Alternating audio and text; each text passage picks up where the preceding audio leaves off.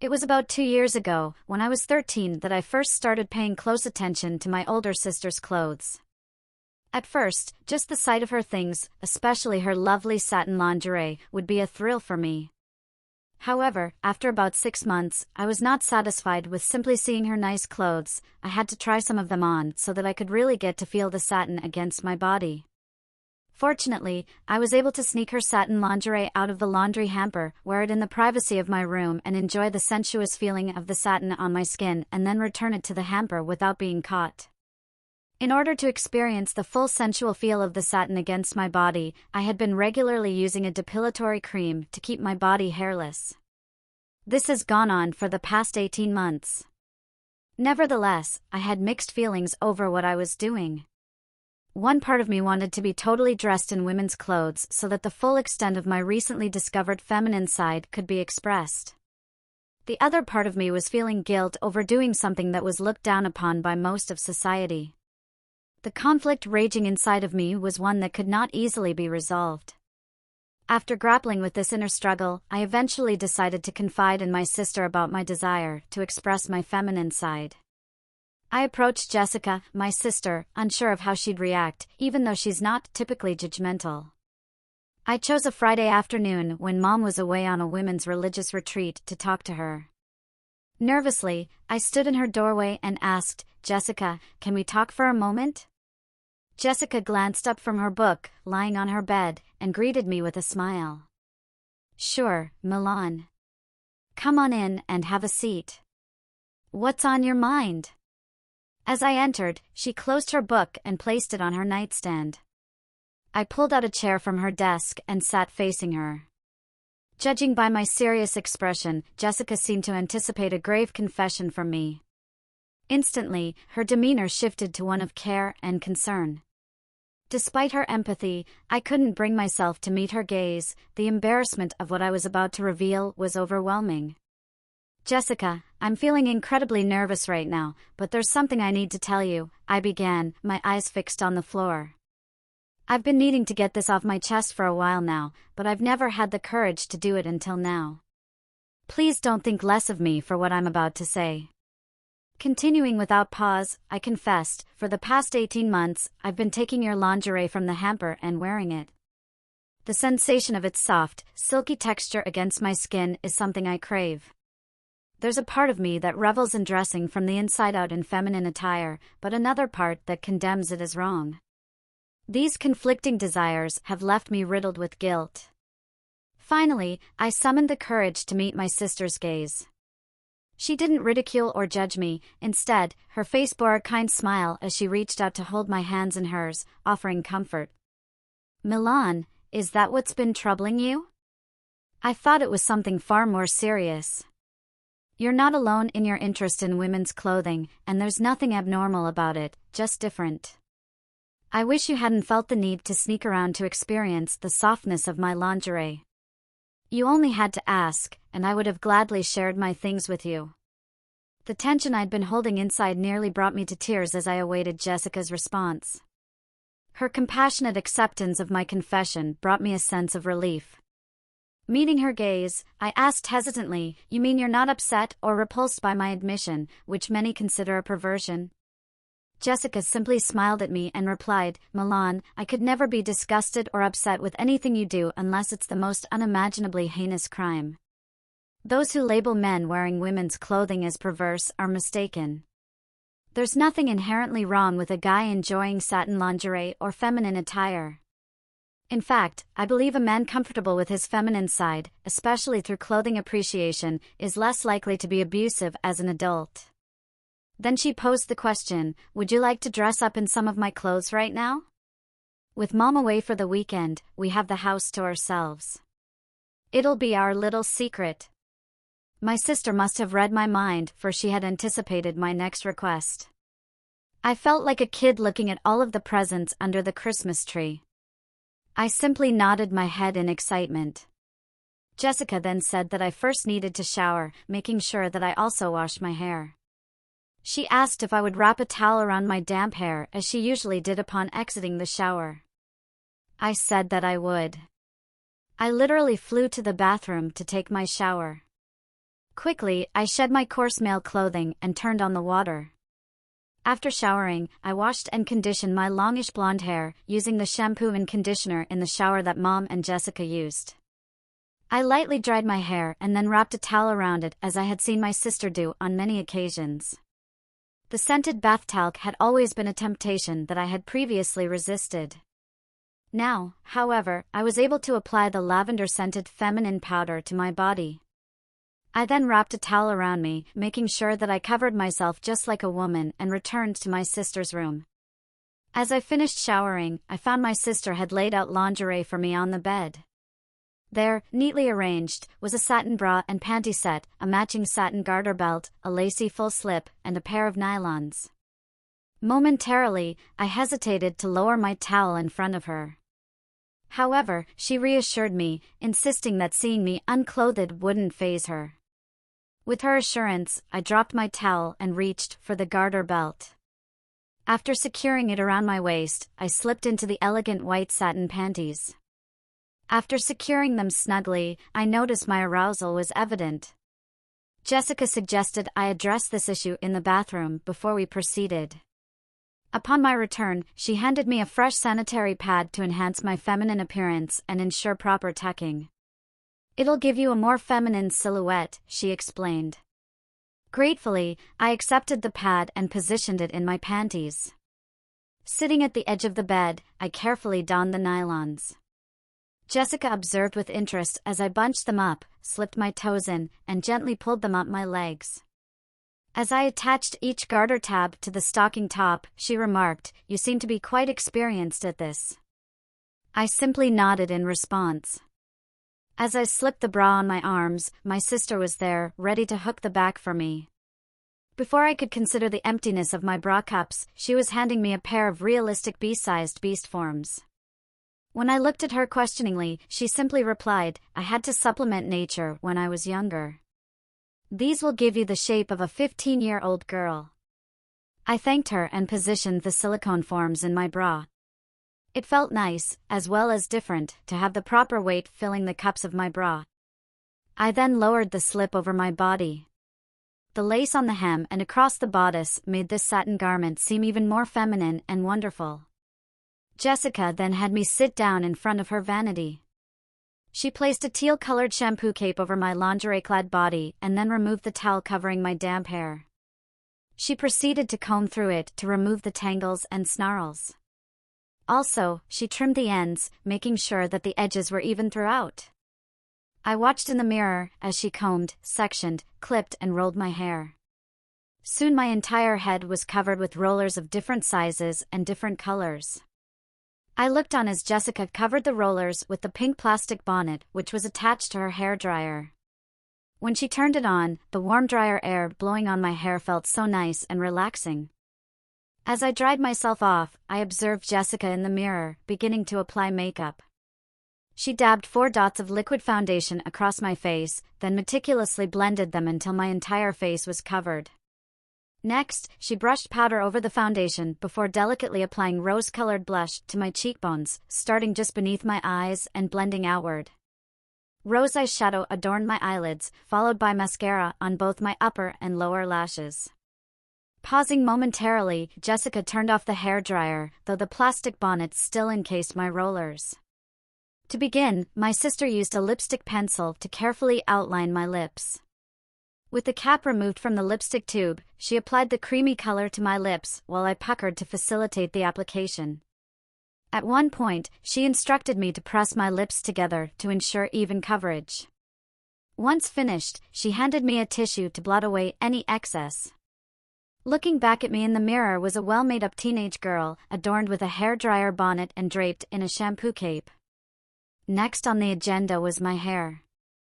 After removing the bonnet and rollers, my sister styled my hair using mousse, a comb, brush, and hairspray, crafting a distinctly feminine look.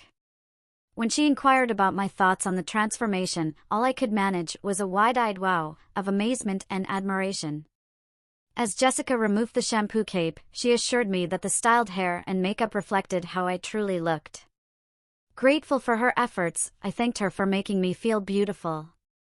She brushed off the praise, insisting she merely enhanced the natural beauty already present. With a thoughtful gaze, she suggested, "Since you look so feminine, maybe we shouldn't stick with Milan anymore. Have you thought about a name for your feminine persona?" I confessed I hadn't given it any consideration.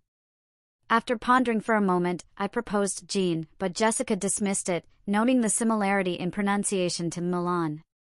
She suggested Emily instead, as it retained a semblance of my original name while sounding distinctly feminine. Pleased with the suggestion, I agreed, embracing the name Emily. With my new name settled, Jessica led me to her closet and asked what I wanted to wear. Overwhelmed by the array of choices, I found it difficult to select just one. Sensing my indecision, she chose several dresses and gowns for me to try. "Let's start with this bridesmaid's dress I wore for Cousin Linda's wedding last year," she suggested.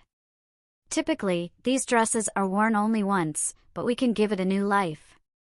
Eager to try on the gown that had caught my eye when Jessica wore it, I eagerly agreed. Despite dreaming of wearing it myself, I understood the limitations of such formal attire. Jessica removed it from the closet, unzipped the back, and helped me slip it over my head. With her assistance, I adjusted the gown around my waist and slid my arms into the short sleeves. As she zipped up the back, I couldn't help but feel a pang of disappointment. The gown seemed too long for me. Even without verbalizing my thoughts, Jessica understood my concern. She promptly retrieved a pair of matching 4-inch heels from her closet. "Here you go, little sister. These should help adjust the length of the gown," she said, handing them to me. Carefully, I sat on the edge of her bed and slipped my feet, covered in stockings, into the heels. They fit perfectly. As I prepared to stand, Jessica cautioned me about the challenges of walking in heels. Holding onto my arm for support, she helped me rise. My first attempts at walking were anything but steady.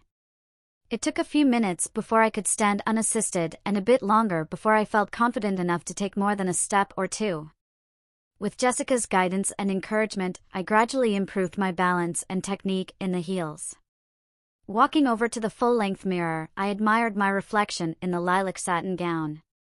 Its short sleeves, rounded neckline, and flowing skirt accentuated my figure, while a satin sash cinched the waist.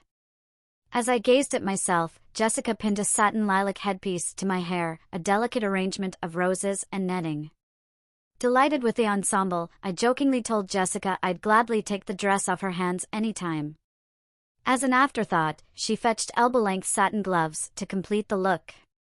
Though I would have happily spent the day in that exquisite gown, Jessica suggested trying on a few other outfits. Reluctantly, I removed the bridesmaid dress, eagerly anticipating the next ensemble. This time, I slipped into Jessica's senior prom gown, a sleek black satin column dress with a single strap. Its more form-fitting style accentuated my movements. Jessica playfully teased about the single bra strap showing, reminding me of the importance of a ladylike appearance. I chuckled at her remark. The remainder of the afternoon unfolded like a fashion show, with me trying on various outfits. From a pink satin dress with a full skirt and knee length, to a red silk sheath ending just above my knees, to Jessica's old blue school uniform jumper paired with a white blouse, each ensemble brought its own charm. Wearing her school uniform jumper made me wish I could wear such attire to school every day. It seemed Jessica was enjoying herself as much as I was. I even dared to try on her one-piece gym uniform, albeit lacking in style, and her stylish bathing suit. Eventually, Jessica suggested we tidy up and prepare dinner. As we returned the clothes to her closet, she handed me a short-sleeve cotton blouse, a knee-length denim skirt, and a pair of flats, signaling the end of my time in heels. It was quite a change after spending the last couple of hours in elevated footwear. While I dressed, Jessica finished hanging up the remaining garments. In the kitchen, we decided on a light meal since neither of us was particularly hungry. I suggested wearing an apron to protect our clothes, which Jessica agreed with. I found a frilly pink apron hanging inside the pantry door and tied it around my neck, Jessica fashioning a big bow in the back. She complimented me on how adorable I looked in the skirt, blouse, and apron. We prepared small tomatoes stuffed with tuna for each of us. After dinner, we washed the dishes and tidied the kitchen together. Jessica then suggested that we change into nightgowns and paint each other's toenails and put each other's hair up. Although I was a bit hesitant concerning my hairstyling skills, I was eager to continue. Jessica and I went to her room. She pulled out 2 satin nightgowns, one in black that was ankle length and one in pink that was waltz length. She asked which one I would prefer. I said that the black one with lace on the bodice and spaghetti straps was very appealing. Jessica smiled at my comment and said that it was her favorite also. When I started to say that I would take the other one, she wouldn't hear of it. "I want my little sister to really enjoy this weekend," she said. As I undressed, Jessica suggested that I leave on my bra and panties. I took her suggestion and removed everything but these 2 pieces. I then slipped the black satin nightgown over my head and down my body. After the rest of the experiences of today, the touch of the satin on my skin was electric. Jessica had changed into the pink nightgown and looked very cute wearing it. As we enjoyed some music from her CD collection, we relaxed on the bed, chatting like true sisters. While we sat there, Jessica retrieved a bottle of pink nail polish and began painting my toenails. She advised me to be cautious as it took some time to dry. Once she finished, she handed me the polish and extended her foot, urging me to reciprocate. Initially hesitant, I hesitated, but Jessica insisted, saying, "Come on, little sister. I trust you to do a good job on my toenails."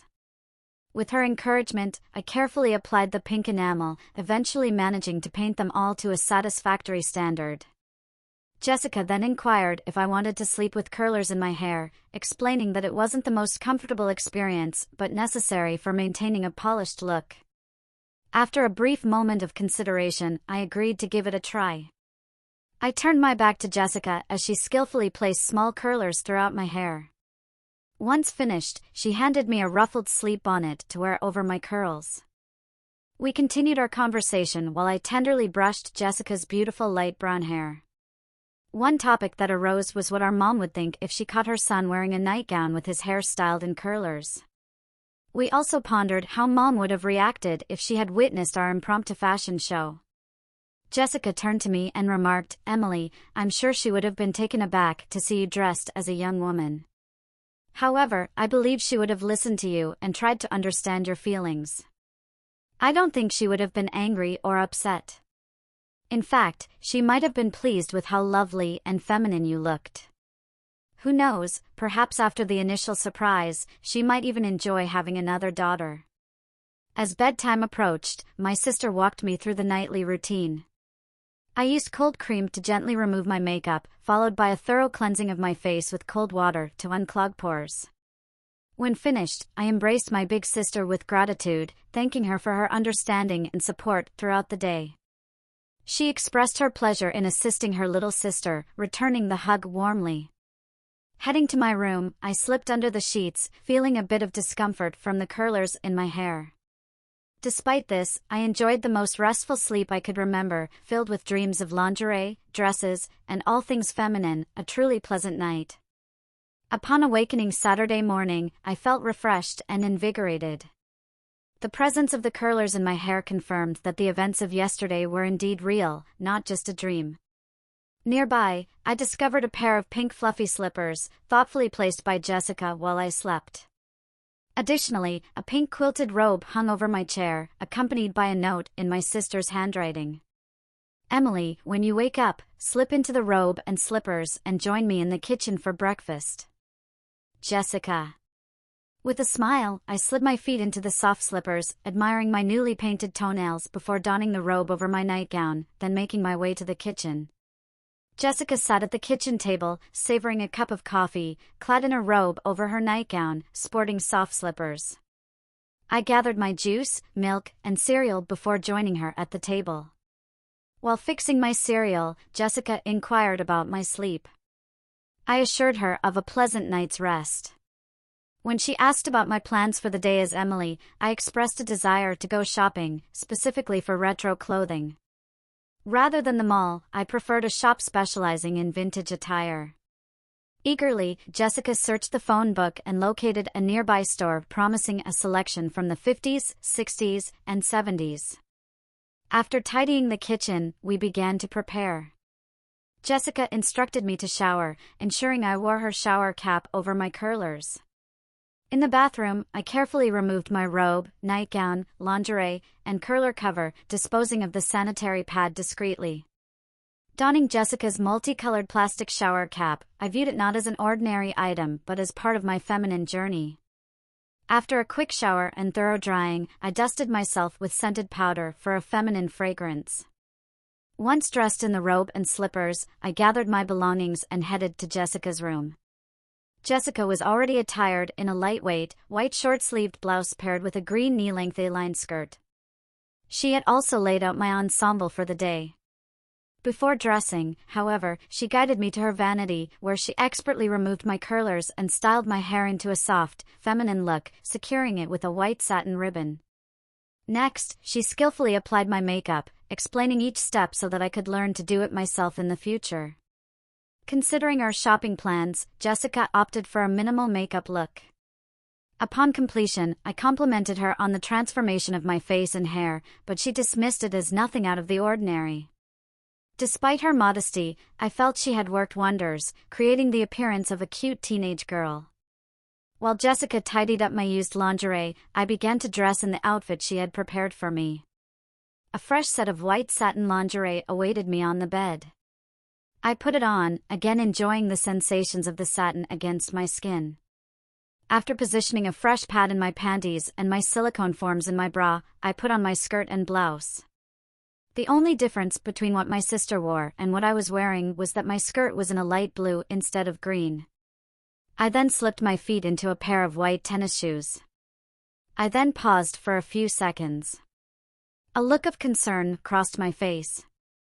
Jessica sensed that a change had come over me and asked what was the matter.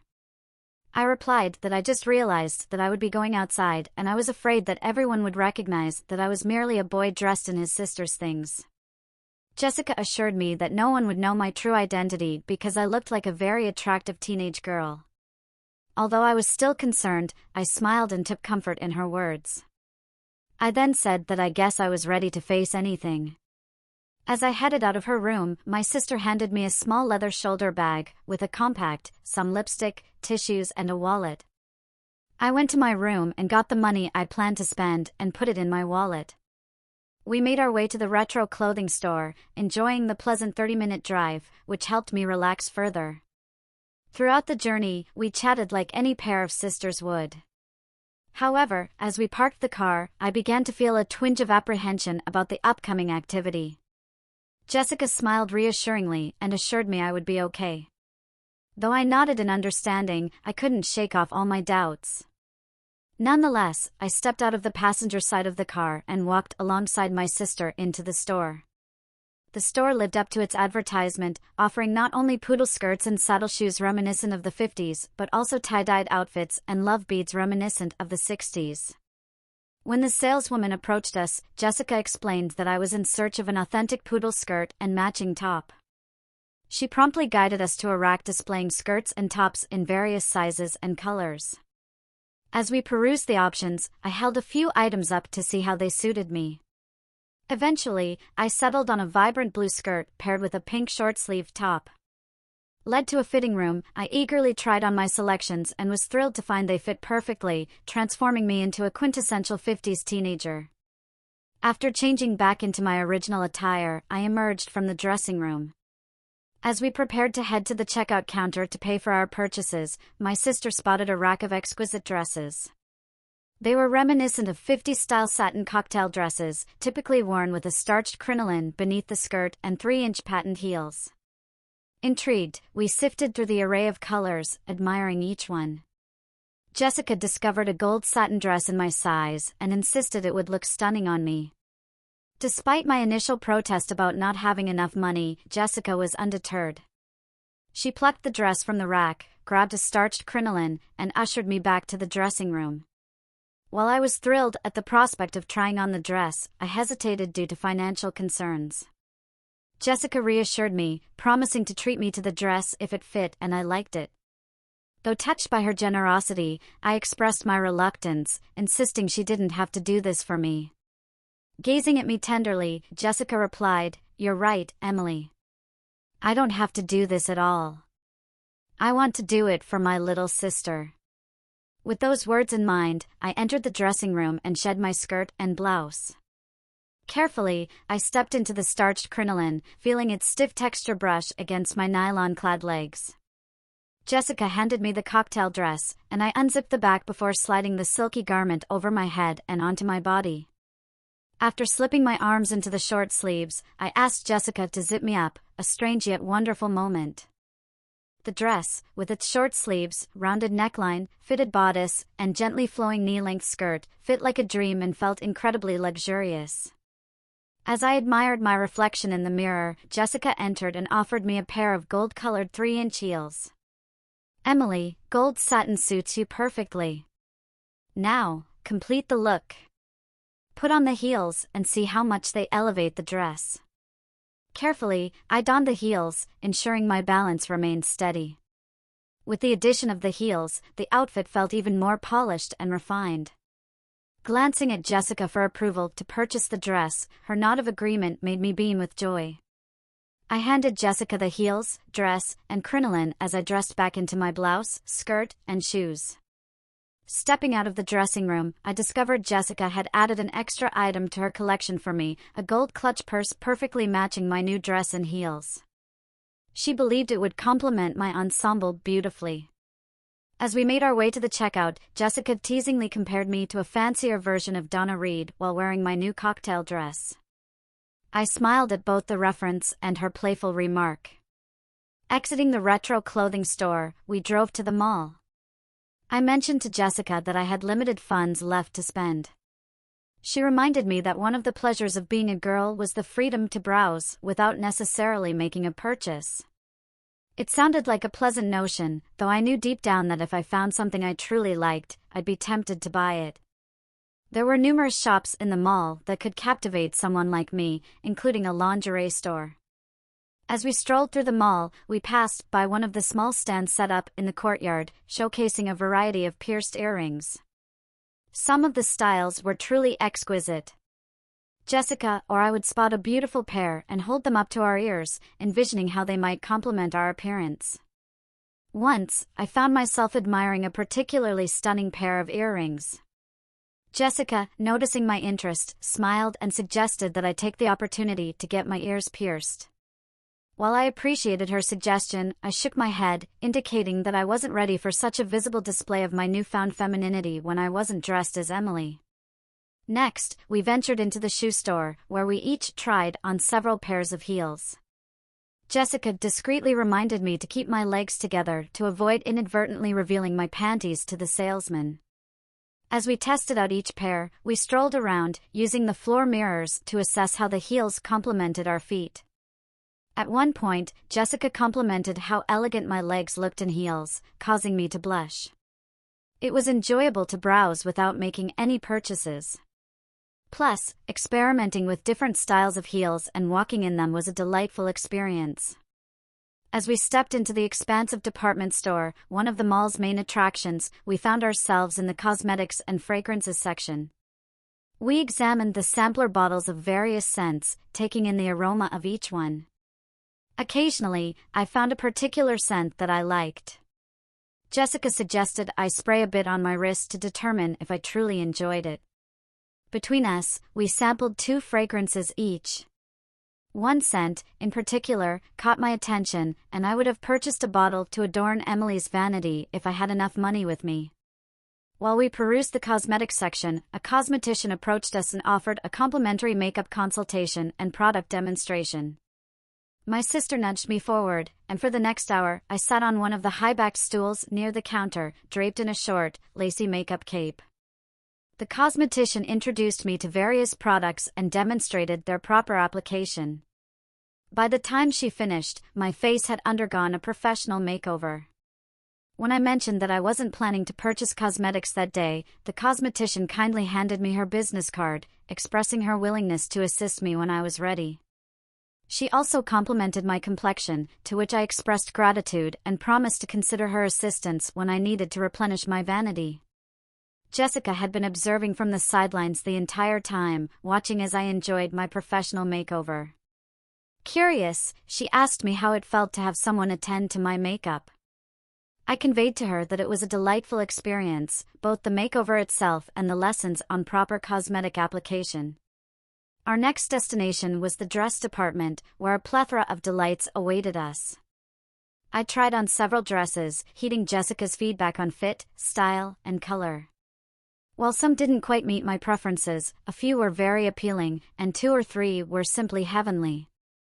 As we made our way out of the store, we encountered a display advertising a teen charge account with a limit of $75 to $100, designed to help teens establish credit and shop independently. Jessica suggested it would be beneficial for Emily to open her own account, a notion I agreed with. I paused to complete the application form, and with assistance from the attendant, received a temporary charge card to use until the permanent one arrived in the next couple of weeks. Grateful, I carefully stowed the temporary card in my wallet, feeling a sense of novelty having a store account under my fem name. After spending most of the day shopping, Jessica and I headed home. Upon arrival, I placed my packages on the sofa, swiftly adorned a frilly apron, and joined Jessica in preparing dinner. After our meal and the kitchen was tidied, I neatly returned the apron to its place in the pantry and transferred my new clothes to my closet. Following Jessica's instructions, I changed into her pink waltz-length nightgown and went through the same cleansing routine as the previous night.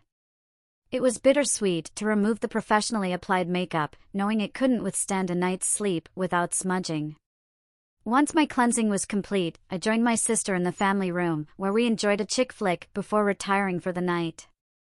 Jessica reminded me to rise early for church the next morning and assured me it was acceptable to continue embracing my Emily persona for the remainder of the weekend, as we would be attending a different church. I agreed with her suggestion. As bedtime approached, I bid my sister good night with a hug and slipped into bed.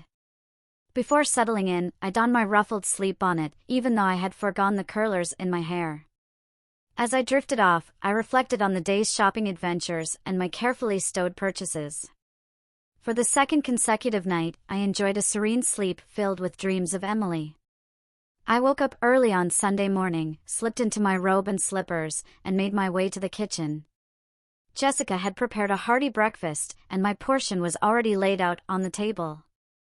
After we finished eating and tidied up the kitchen, we prepared to dress for church. Following Jessica's lead, I accompanied her to her room to get ready. Once adorned in white satin lingerie, a garter belt, and stockings, I allowed Jessica to style my hair and apply makeup. Her adeptness with cosmetics was evident, and it was a heartwarming scene to see my sister, dressed in lingerie, expertly enhancing my features while I was similarly attired. I couldn't help but smile at the lovely sight. For today's church service, I opted for a charming light blue shirtwaist dress paired with a white belt and 2-inch heels. My accessories included silver clip-on earrings, a watch, a silver bracelet, and a silver chain necklace adorned with a cross. Jessica sported a similarly elegant ensemble, albeit in dark blue. With a spritz of perfume, we were ready to set off. The journey to the church was brief, and upon our arrival, we were warmly welcomed by several members of the congregation. Following the service, the minister approached us as we made our exit, expressing his hope that we had enjoyed our time with their community and encouraging us to consider returning in the future. We assured him of our intentions to do so. Our trip back home was smooth and pleasant, marking the last uneventful moment for the next few hours. Upon entering the house, we were taken aback to find Mom seated in the living room, engrossed in the newspaper. It appeared that her weekend retreat had concluded earlier than anticipated, leading to her return home before I had a chance to transition back to Milan from Emily. Mom looked up from her reading to greet Jessica, then noticed me standing behind my sister. She began to ask 2 questions in quick succession. First, she queried, "Jessica, who is your friend? I don't believe we've met before." This was immediately followed by, "And where is your brother? He wasn't here when I arrived, and I don't see him with you now." Both of us fell silent, and it was Jessica who eventually broke the silence. Mom, I'd like you to meet your new daughter, Emily. I hope you'll grow to like her as much as I do. Emily is now an integral part of Milan's identity. Mom's reaction was beyond surprise. She rose from her seat, scrutinizing me closely before speaking. After resettling herself, she addressed both of us, expressing her hope for a satisfactory explanation. Preferring a more comfortable setting for our conversation, she motioned for us to take seats in the living room. Turning to Jessica first, Mom awaited an explanation. However, feeling responsible for the situation, I spoke up to relieve my sister of the burden. I recounted everything to Mom, from the initial discovery of satin lingerie in the hamper to the gradual revelation of my desire to fully embrace femininity. I detailed our weekend activities, including borrowing Jessica's clothes, our shopping spree at the retro store, and the cosmetic makeover I received. I even mentioned the teen charge account I opened under Emily's name. Mom sat attentively, absorbing every detail of my confession. When I concluded, she reclined in her chair, reflecting deeply on my words. Jessica, anticipating the need to take responsibility, was met with Mom's raised hand, signaling for silence. Jessica and I gripped each other's hands, resembling true sisters awaiting a verdict. Finally, Mom broke the silence. Firstly, I'm not here to assign blame. Jessica, you're no more accountable for this weekend's events than Milan or Emily. Emily, I'm relieved you chose honesty over secrecy with your sister. Jessica, you've navigated a delicate situation admirably. I'm proud to see both my daughters display such sensitivity and maturity. At the mention of daughters, I ventured to ask Mom if my transformation into Emily troubled her. Her smile was the first since our conversation began. Troubled? Not at all. I just wish I had some forewarning about Emily. It's quite a surprise to come home from church and discover two lovely young ladies, one of whom is your son. By the way, Emily, you look stunning in that dress. Perhaps next year's women's retreat will include both my daughters. As Mom concluded, Jessica and I couldn't contain our joy, rushing over to embrace her. Amidst smiles and teary eyes, we composed ourselves. Mom inquired about my purchases, and I excitedly detailed them, including the cocktail dress, crinoline, heels, and purse Jessica had gifted me. She expressed her eagerness to see me in the new attire and suggested a repeat of yesterday's fashion show, including some of Jessica's outfits like the bridesmaid's dress and prom gown. I agreed wholeheartedly, as did Jessica. Then, Mom asked if we were hungry, suggesting she take us out to eat to showcase her beautiful daughters. As we prepared to leave, she inquired if Emily could become a regular weekend visitor. I assured her Emily would be delighted to join any weekend she wished. With beaming smiles, we headed for the restaurant. Mom tuned the car radio to a station playing music from the big band era, and the first song, I Dream of Emily with the light brown hair, made us all grin. After this transformative weekend, I felt not only could I dream of Emily, but with Mom and Jessica's support, I could also embrace being Emily again and again.